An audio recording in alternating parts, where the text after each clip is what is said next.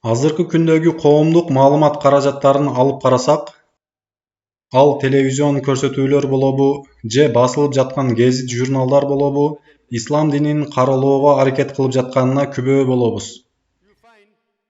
Керек болсо интернет тармактарында дагы исламга каршы активдүү уюштуруу иштери алып барылып жатат.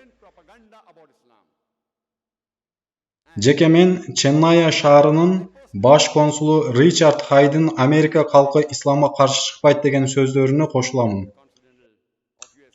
Мен көп жолу Америкада болгонмун. Жалпысынан алып караганда көпчүлүк Америка калкынын позициясы исламга каршы эмес. Ошондой эле Индия эли жөнүндө дагы ошондой ой пикирдемин. Көптөгөн индустардын исламга каршылыгы жок. Биз менен жакшы мамиледе болгон индустар дагы бар. Алар менен эч кандай көйгөйүбүз жок. Бир гана аз сандуу индустар жамааты жеке көз кароолору себеп исламга таш атып жатышат. Дал ошондой батыш дагы аз сандуу жамаат исламды каралоого аракет кылып жатышат.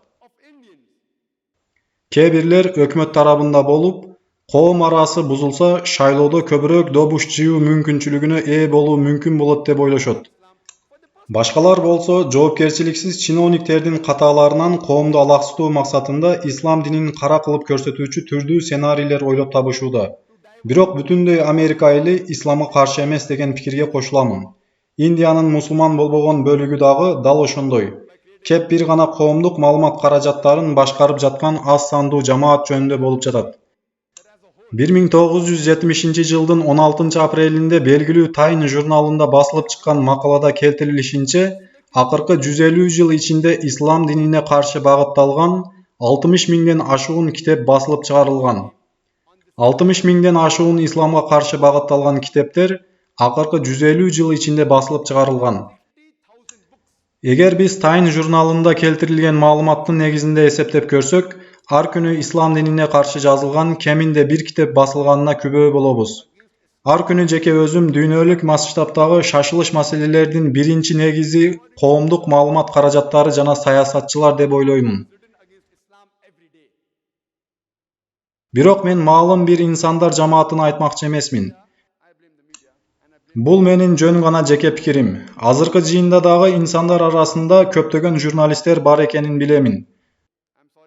Мурда дагы айтып өткөнүмдөй, өз ишине жоопкерчиликтүү, кырдаалга объектив баа бере турган журналисттер дагы жок эмес.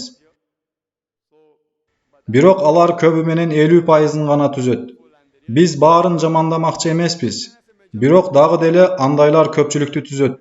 Эгер талдап көрө турган болсок, коомдук маалымат каражаттарындагы бардык терс кабарлар мусулмандарга каршы багытталганынын күбөсү болобуз.